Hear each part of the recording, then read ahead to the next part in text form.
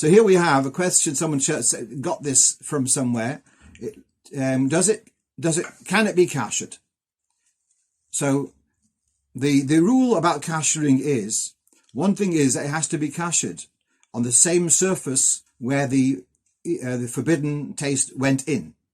So the fact that you've got in this grill, you've got the heating elements on the outside, in other words, behind the black, what you can see, that's not going to be good enough to kasher. Because if it was used for treif, so then the taste had come in from what you can see, and the fire has to be applied there. Number one.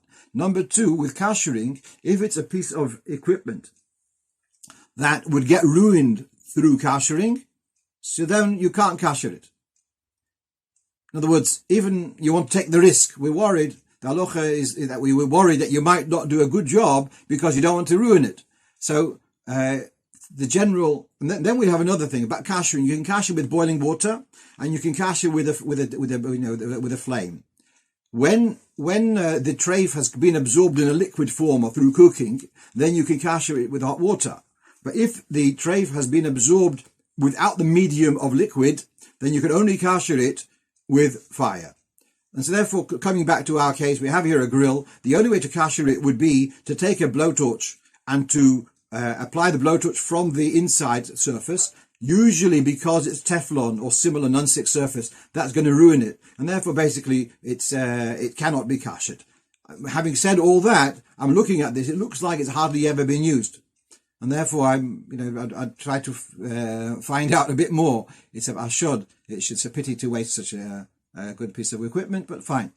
But it can't be kashered in a conventional way. Sorry? I understand that if you put it into a kiln, then that's an exception because you... yes, that's true. Is that Yossi? Yes, Yossi. You're right. But I don't know how this would survive a kiln.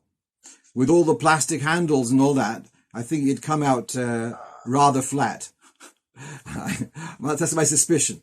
But for things that are ovens, Dave, could we use a pyrolytic oven? Yes.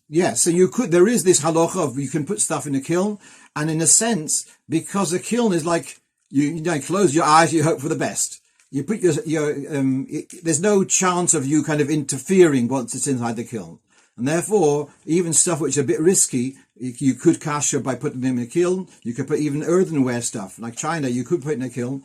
But I don't know what their survival rate is. And I don't have public, liability insurance. Okay. But does a pyrolytic oven count as a kiln for this? I think so. I think it would, yes. Yes, they are like enormously hot. Okay, let's go on to the next point, which we have.